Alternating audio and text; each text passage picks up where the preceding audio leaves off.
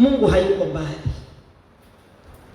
La pili, kwenye Waefeso sura ya 4, Waefeso sura ya 1 mstari wa 3 na wa 4.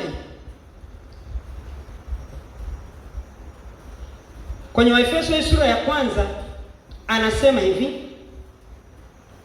mstari wa 3: atukuzwe Mungu Baba wa Bwana wetu Yesu Kristo, aliyetubariki kwa baraka zote za rohoni katika ulimwengu wa roho ndani yake Kristo. Aliyetubariki kwa baraka zote za rohoni katika ulimwengu wa roho ndani yake Kristo. Kwa maanake ni kwamba asili yetu sisi tuliookoka, baada ya kurejeshewa hiyo asili na Kristo Yesu alipokuja, tumerejeshewa yale ambayo Mungu alituwekea wakati wa kutuumba, ili ndio yaturejelee. Lakini leo utakuta sisi ndio tunaokimbia kila mahali sisi ndio tunaokimbia kila mahali kuyatafuta bado, alafu tunakutana na mapando ya shetani aliyowasimamisha watendakazi wake, tunakwenda kuanguka tena kwenye mikono ya shetani, ukitafuta kitu ambacho kipo na kinatakiwa tu mimi kurudi hapo, kwa sababu kipo hapo. Mungu hawezi kuachilia hizo. Mimi sizungumzi baraka za sasa hivi mnaambiwa za magari na nini. Mimi nazungumza asili ya baraka, kwa sababu Abrahamu siye mwenye asili ya baraka. Hapana, Abrahamu alibebeshwa dhamana ya asili ya baraka ambaye Mungu alibariki uumbaji wake kabla. Sasa baraka hizo zilikuwa ni za rohoni, na mtu aliumbwa akawekwa aishi katika roho na katika mwili. Katika roho ndio maana mwanadamu aliweza kukaa na Mungu wakazungumza akiwa katika mwili. Leo huwezi kuzungumza na Mungu ukiwa katika mwili, lazima katika roho uko sawa katika ulimwengu wake, kwa sababu ya connection ya asili yake. Sasa mwanadamu alipopoteza asili na Mungu alipoanza mchakato wake wa kwanza kumrejesha mwanadamu, alitafuta mtu. Maana baraka zile za roho zilizuiliwa rohoni. Mwanadamu alipotolewa, aliondolewa, akaambiwa utakula kwa jasho, utafanya ni manake kile nilichokuwa nimekuwekea hautakipata. Ndipo alipoanza mchakato wa wokovu wa kumwandaa, yani kumrejelea mwanadamu. Ndio katika mchakato huo akimtafuta mtu akampata Ibrahimu.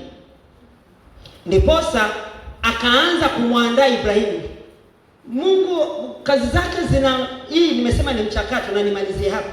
Mungu alipompata Abrahamu alianza kutengeneza mazingira ya sasa ya kanisa kipindi cha Abrahamu, kwamba alikuwa anamtafuta ni nani nitakayeachilia ile dhamana ya mtu abebe yeye. Ndio maana ukiona mahali ambapo Ibrahimu alipita alitengenezwa ili aweze kufaa, asije akageuka kama Adamu. Ndio unaona yale yote mpaka na ambaye amtoa Isaka na kadhalika. Hayo yote yalikuwa ni kwenye mchakato, sina nafasi ya kuyaelezea kwa sasa hivi, lakini yote hayo yalikuwa ni mchakato katika kufikia mahali, na alipokubali kumtoa Isaka akawa amehitimu katika hilo, kwamba hata kile nilichokupa umekubali kunipa, waweza kubeba dhamana ya kile ambacho nimekiweka kwa ajili ya watu wangu. Ndio Ibrahimu akawa baba yetu wa imani, akaweza kubeba baraka zetu. Ndio hapa anasema tukuze Mungu Baba Bwana wetu Yesu Kristo, aliyetubariki kwa baraka zote za roho. Baraka zetu ziko rohoni. Wachana hizo watu mnatafuta magari. Baraka sio gari, baraka sio nyumba. Baraka ni kurudi pale mahali ulipo, maana ndio kuna asili yako na kuna vitu vyako. Na ukianza kuvipata vile ambavyo vimetoka kwa Mungu, ndio utaanza kuona pumziko ninalosema utalipata. Ukienda kwa kukimbia, mimi sijasema usiombe, sijasema usitafute. Kazi tunafanya ni asili yetu ya mwilini. Mwanadamu anaishi na asili mbili, ya mwilini na ya rohoni. Sasa ya rohoni inategemea unaishi kwenye asili ipi.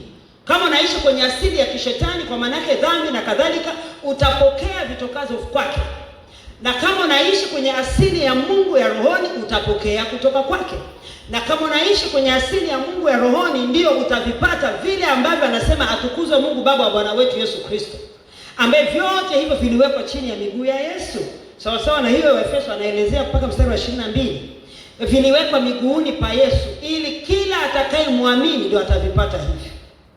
Sasa sio kila aliyeokoka atakayemwamini. Kanisa linaishi kwenye kutokuamini. Sasa kama tunaishi kwenye kutokuamini, tumrudi kwa Ibrahimu. Aliamini pasipo kuona. Aliamini na akafanya yale ambaye Mungu alikuwa anasema pasipo kujali. Aliamini ya kwamba hata Isaka nikimtoa, Mungu aliyenipa Isaka bado anaweza kunipa mwingine. Hakujua kwamba kondoo atatolewa. Aliamini.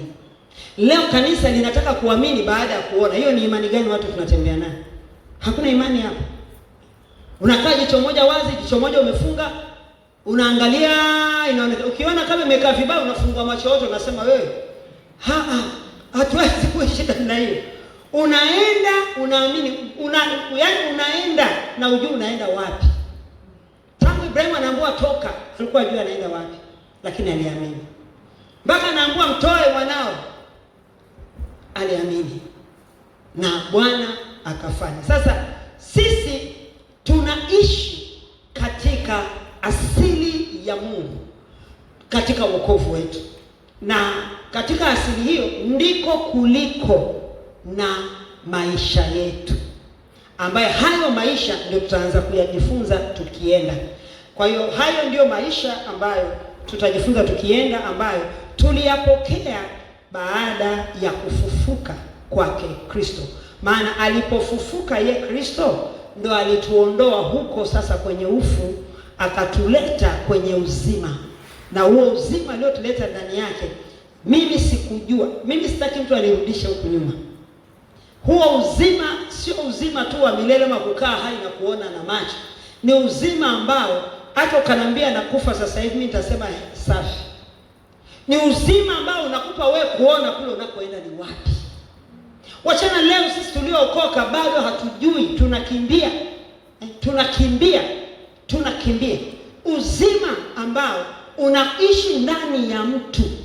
Sio kwamba tunaenda kuupata uzima wa milele kule. Ule uzima ulihamishwa na Yesu, ukaletwa hapa, ukaingizwa ndani yetu ili tuweze kuishi na uzima huu. Ndipo tuweze kuishi mbinguni tukingali hapa duniani.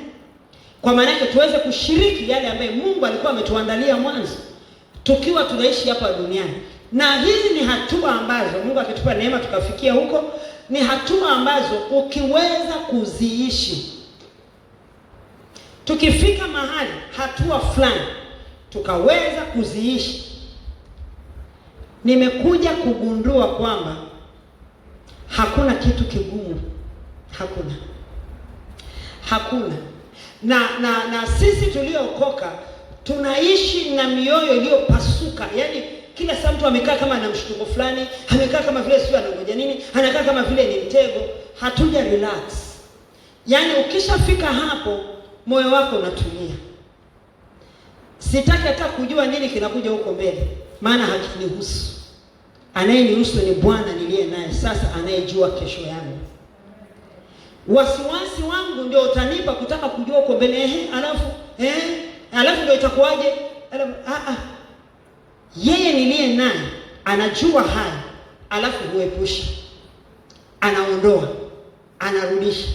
Kwa sehemu fulani kuna watu wengine wakaona mimi mjinga, wengine mimi nimetafsiriwa mambo mengi sana, lakini nikasema kwamba nina akili timamu, tena nina akili za mbinguni. Akili zisizo kimbia, akili zisizo ruka, akili zilizotulia zinazomngoja Bwana. Na katika kumngoja Bwana nimemwona akifanya na kuniondoa kwenye makosa. Akili za kuruka, za kukimbia zinakufanya tufanye makosa. Mwendo wetu na kurudi nyuma, mwendo wa kwenda na kurudi nyuma, mwendo huo unatokana na hii ambayo naosema. Lakini wakati unapomwachilia yeye, wengine wanasema hana macho ya rohoni, hana hii kila, unanyamaza tu nikiusubiri wakati wa Bwana. Wakati wa Bwana ukifika, na nikajua huu ndio wakati wako. Wakati mtu mwingine anafikiria kwamba bado anaweza akacheza, anajikuta amepoteza. Kwa sababu ikishafika yeye ameweka stop, na mimi sirushi mguu zaidi ya hapo. Akisema hiki ni hapana, sirushi mguu zaidi ya hapo. Hata kama mtu alikuwa amebeba matumaini gani, disappoint nini, yani ataona nimemkosea, kwa sababu atatamani kuona aliyokuwa anayaona, kwamba tulikuwa tunaenda naye hivi, tulikuwa tunaenda naye hivi, tulikuwa tunacheka naye, lakini hataona tena hicho. Kwa nini? Kwa sababu naona Bwana ameshaweka stop. Na hiyo ndio kanisa tunatakiwa kwenda hivi. Sasa kanisa tunapoenda hivi, tunaenda hivi labda hivi na hivi, tunajikuta mara tushafanya makosa. Mara kesho sini ya Mungu ameniita, ameniambia nimtumikie. Sawa, naingia kwenye utumishi. Magumu yakija, unasema narudi kuomba tena, kuuliza, ni kweli Mungu aliniita nifanye hiki? Huo ni utoto. Ni kweli Mungu aliniambia nije hapa? Mungu ameniambia niende Arusha nikafanye kazi. Mungu ameniambia nije Kibani nikafanye kazi. Mungu ameniambia niende Dodoma nikafanye kazi. Si Mungu ameniambia niende wapi? Ukifika kule, ukikutana na shwa unasema, hivi nilimsikia Mungu kweli? Ama ilikuwa ni moyo wangu? Warudi tena, uanza kumuuliza Mungu. Mungu hachezewi kwa mzao wa namna hii. Uhakika wa maisha yetu unatupa maisha yetu katika wokovu, unatupa kumwamini na unatupa kusimama. Hata yale mawimbi na magumu yakija, utapita kwenye mawimbi haya. Haleluya.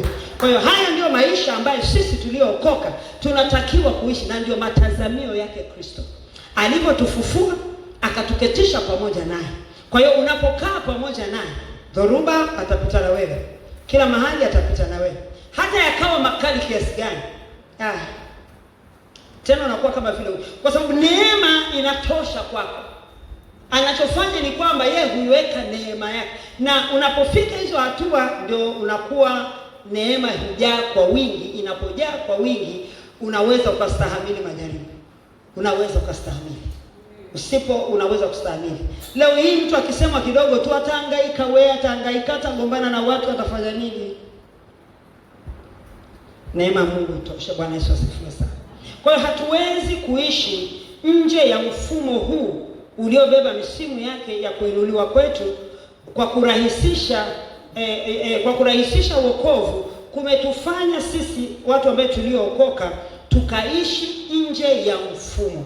Kwa hiyo sasa imetutupa, yani tumetoka kwenye system ya Mungu, tunaishi nje ya mfumo. Na tunapoishi nje ya mfumo, hapo ndipo palipo na shida ya kutumbukia kwenye shida, yani sisi kama kanisa kuingia kwenye matatizo. Na matatizo tunayoingia sasa yanakuwa ni, leo nimeenda hivi, nimeshafanya makosa, inabidi nirudi tena njia nyingine. Hiyo njia ninayoenda nafanya makosa, narudi njia nyingine, nafanya makosa. Kwa hiyo najikuta nazungukwa na makosa tu. Mwisho unaanza kujiona kama vile ufai, kama vile ustahili, unapoteza ujasiri wa wokovu. Unapoteza ule uweza wa wokovu. Na inapofika katika hiyo hatua, matokeo yake sasa kuishi kwa jinsi ya Mungu inakuwa ni ngumu. Ndio mtu anaanza kutapatapa. Kila mtu anataka amsikie, anaona huyu, sijasema tusimsikie mtu, sijasema tusitafute ushauri. Sisi ndio tunasaidiana, kwa sababu Biblia imeshasema ungamanianeni nyinyi kwa nyinyi. Kwa hiyo tunasaidiana sisi kwa sisi. Lakini unakuta kuna mtu anakuwa hana uhakika. Mtu anasema ameokoka, lakini bado hana uhakika na huo wokovu anaosema ameokoka. Sasa wewe kama huna uhakika na huo wokovu, mimi nitakupaje uhakika? Kwa sababu uliyemwamini huyo ndio unatakiwa utengeneze na kujenga uhakika kwake. Mimi siwezi, nikisema nitakulazimisha ama nitakubebea mzigo ya kwamba nikwambie huyu Yesu ndiye. Ukiingia kwenye shida utasema Helena ndo aliniambia. Umeona? Utasema Helena ndo aliniambia, Helena ndo alinishauri, akanambia kaa hapo, fanya hivi na hivi na hivi na hivi. Sasa hii ni inamhusu mtu. Kesho utajikuta umeenda kuzimu, utaenda kumtaja Helena kule. Tulikuwa na mtumishi mmoja alikuwa anaitwa Helena, akawa ametuambia hivi. Hii ni mtu binafsi ambaye Bwana anataka kutujenga mahali hapa, kwamba uhakikishe kwamba una uwezo wa kusimamia wokovu. Kwa sababu safari ya wokovu haikuhusu wewe na mke, wala haikuhusu wewe na mtoto, wala haikuhusu wewe na mume, wala haikuhusu wewe na mzazi au yoyote. Inakuhusu wewe peke yako na inanihusu mimi peke yangu. Kwa hiyo kila mmoja lazima asimame katika nafasi hii. Amina. Nikimalizia katika eneo hili, naona muda wangu ya maisha. Agano la utakaso ni mchakato unaoendesha maisha ya mtu. Agano Sasa agano la utakaso ni mchakato unaoendesha maisha ya mtu ya wokovu, kumtoa mtu hatua moja kumwingiza kwenye hatua nyingine ambayo inaenda kumfikisha kwenye hatima yake. Kila mmoja aliyeokoka ana matazamio ya kufika kwenye hatima, lakini kwa kadiri tunavyoendelea kuishi, mtazamo huo ama matazamio hayo yanaenda yakififia na kupotea baada ya kuingia kwenye misukosuko na kuyumbayumba kwenye maisha ya wokovu, baada ya kupoteza dira. Tukishapoteza tunajikuta tunaanza kuhangaika. Kwa hiyo hatima ya mtu aliyeokoka ni kufika mbinguni. Sasa hapo ndio mahali mwelekeo wetu unaenda. Lakini ukiangalia ni wokovu wa leo ni sawasawa na mtu aliyechukua maji akamwaga shwa, kwa hiyo yakatapakaa katika mviringo huu. Yalitoka kwenye engo moja, beseni moja, mkono ulioshika ukamwagwa, lakini ilipomwagwa ikatapakaa kila mahali. Sasa wokovu ukawa umebeba sura za aina nyingi. Wengine wamebeba wokovu wa aina hii, wengine wamebeba aina hii, wengine wanasema hivi, wengine wanasema hivi, mpaka inafika mahali hata mtu kuelewa wokovu inakuwa ni ngumu, kwa sababu watu wanaishi sasa na wasiwasi. Mwingine aseme hivi na mwingine aseme vile. Jana alituambia yule mtumishi alikuwa anatusalimia pale, usisikilize mwingine anasema hivi, mwingine anasema hivi. Wewe soma Biblia. Sasa watu wanaangamizwa kwa kukosa maarifa, kwa sababu maarifa tunayapata kwenye Biblia. Sasa hivi kuna wimbi kubwa la watumishi kusema kwamba wanawake hawatakiwi kuhubiri kanisani. Liko wimbi kubwa kama hili, na watu wengi wameshika hiyo kitu. Mimi nikasema kama yeye aliyeniita ndo ameniita nipeleke jehanamu, sasa mimi nitakimbiaje? Basi nitafanya nipeleke jehanamu. Lakini ni nini? Ni kwa sababu ya tafsiri mbaya. Wakati fulani mimi, wakati fulani kule nyuma nikasema inawezekana, inawezekana. Ndio Bwana akaniambia, ni mimi nilimuita Debora. Debora Israeli ilikuwa ni kanisa. Kwa sababu Israeli jamani si ni kanisa? Si ndio walikuwa kielelezo cha kanisa la leo? Kwanza lile ilikuwa ni taifa, ilikuwa ndio kanisa. Akasema mimi nilimweka Debora awe mwamuzi, alikuwa mchungaji. Akiwachunga wale kwa kipindi kile, wakipokezana, baada ya huyu akaja huyu, baada ya huyu akaja huyu. Alikuwa mwamuzi. Na kanisa lake lilikuwa chini ya mtende, akiamua taifa la Israeli. Sasa kuna mambo mengi yanayoendelea ambayo usipokuwa makini unaweza ukajikuta jehanamu bila kuelewa. Anasema hatima ya mtu aliyeokoka ni kufika mbinguni. Siku tukiondoka duniani, nikiondoka hapa duniani nataka nifike mbinguni. Kuna mfumo uliowekwa unaotakiwa kuendesha maisha ya mtu katika kutembea kwenye mkondo husika, ambaye ndio mkondo ambaye nimeelezea, kaa kwenye ule mfumo ambaye Roho Mtakatifu ndio mtendaji. Kwa hiyo unajikuta uko kwenye channel. Hatuwezi kushinda tunamtafuta Roho Mtakatifu kila siku, tunamtafuta Yesu kila siku, halafu tunasema tumeokoka. Kuokoka maana yake nini? Ni kumpokea Yesu awe Bwana na Mwokozi wa maisha yangu, niishi naye.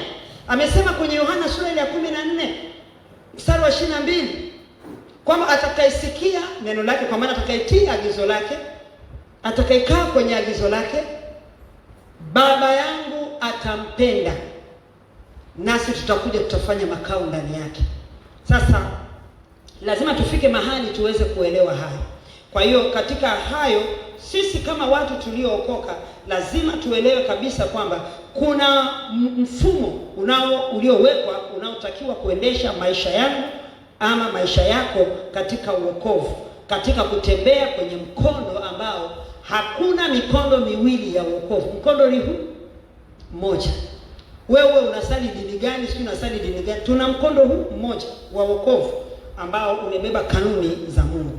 Na katika mkondo huo husika ambao ndio umebeba mwelekeo wa dira. Sasa huu mwelekeo wa dira, kwa sababu muda wangu ni mdogo, sidhani kama naweza kuuelezea ipasavyo. Nitamalizia tu kwa hapa.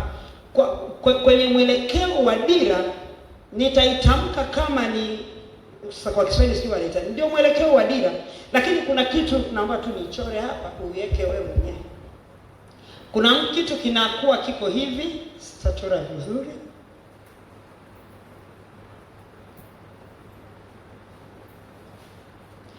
Hapa ni north, hapa ni south, hapa ni east, hapa ni west. Hii kitu inaitwa compass. Huo ni ndio inaotoa dira, inatoa dira. Lakini kuna mishale mingine inakuwa imekata hapa hivi na hapa inakuwa imekata hivi.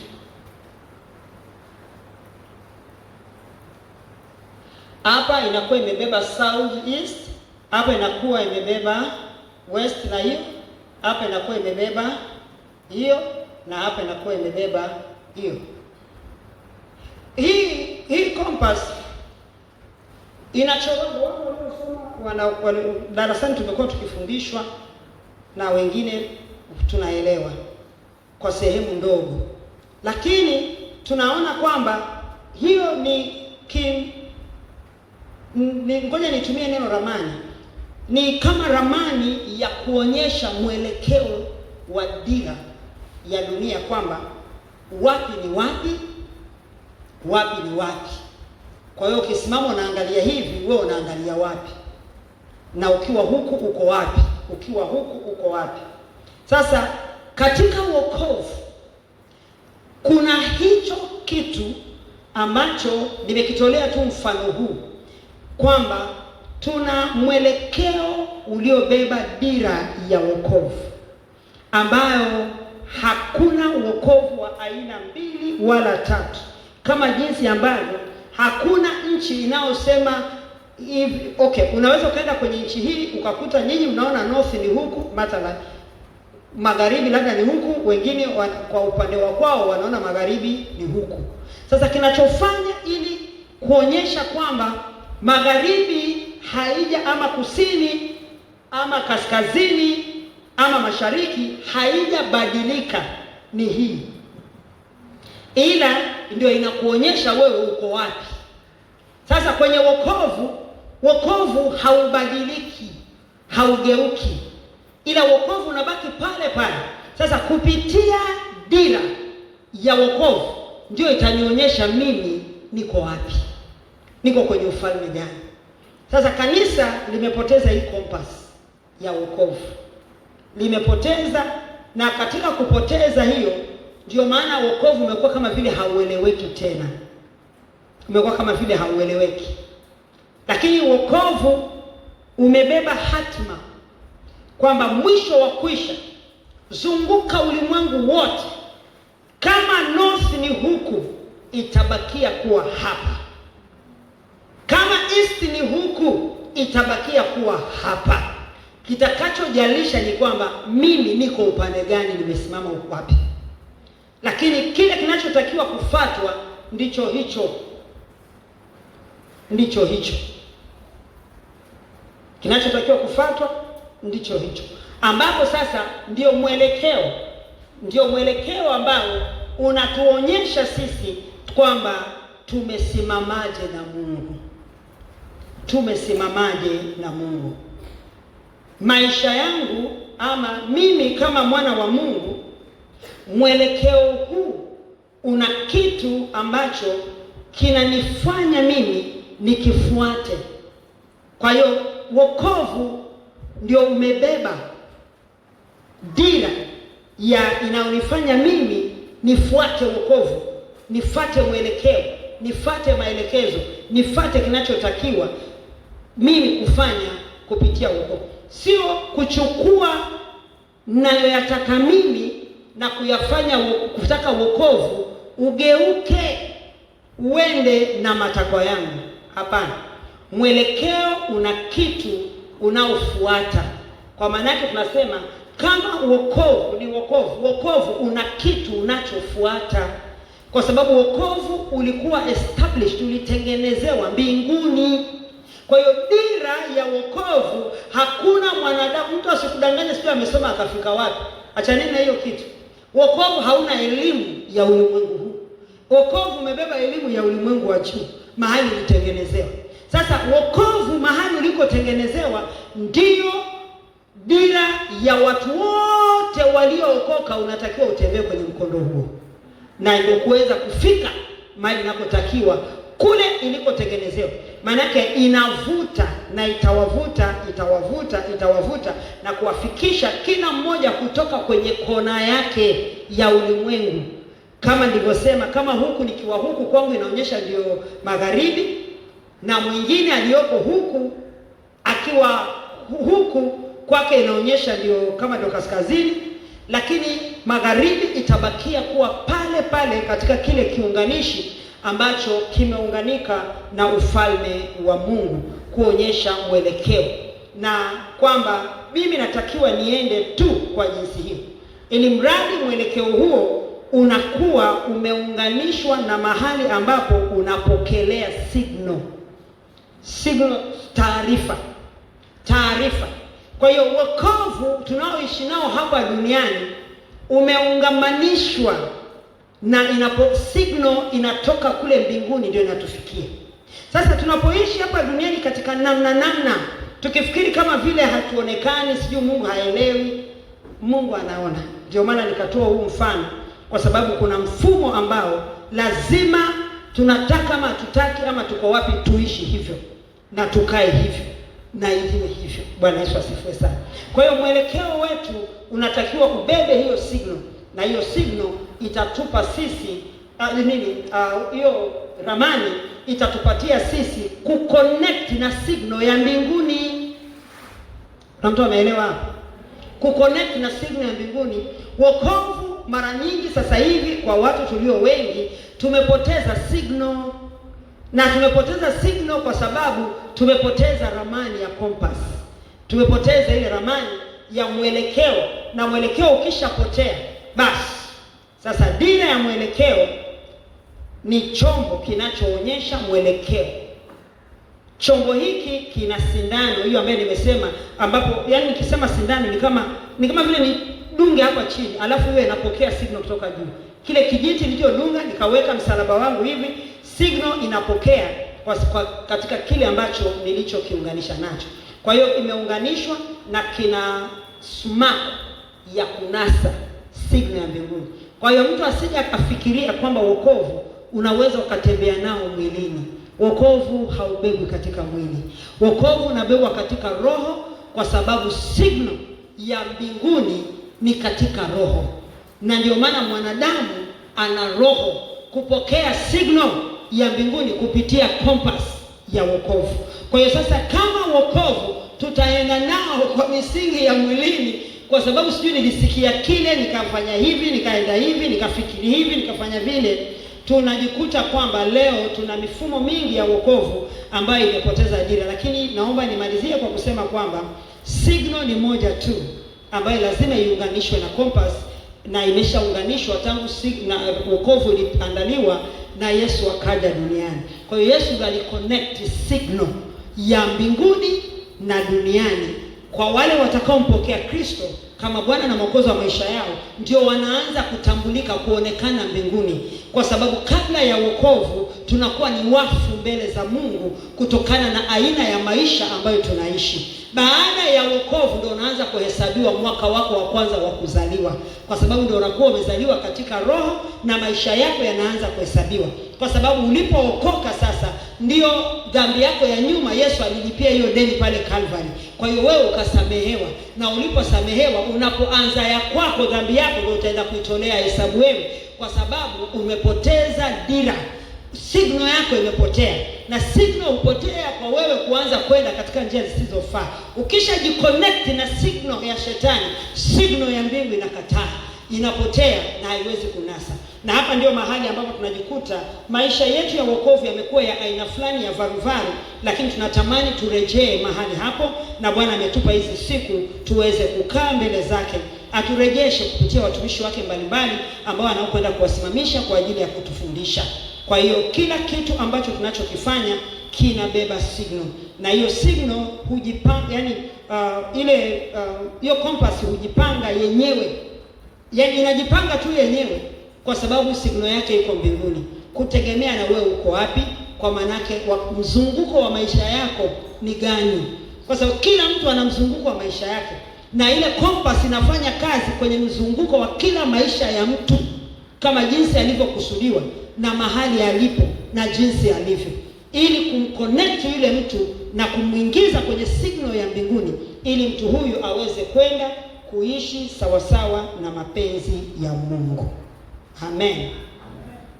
Nimetaka kuweka huu utangulizi kwanza, na Mungu amenisaidia nimeumaliza. Naomba tusimame, tutaomba tu kidogo katika kujiandaa tena kwenye hatua nyingine. Nitaomba wimbo mfupi sana wa kuabudu tuweze kumshukuru Mungu katika mwanzo huu mzuri ambao